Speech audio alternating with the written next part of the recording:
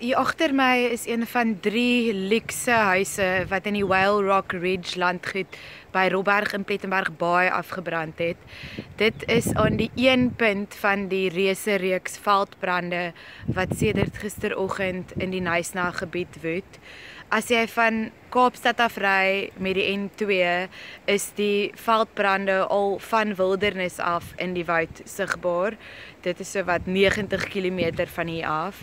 Van daar af is dit net kilometers en kilometers van swart verwoesting en digte rook oral langs die pad.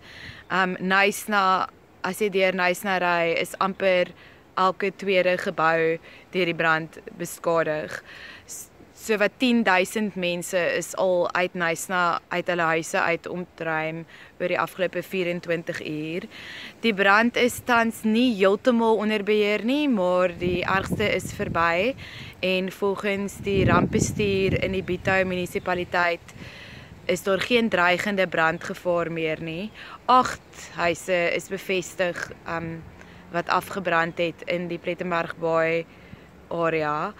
5 van hulle is in die Simola Beach luukse landgoed hier by Robberg. Die Robberg Natuurreservaat het ook erge skade gelei en die ingangshek en kiosk het heeltemal afgebrand.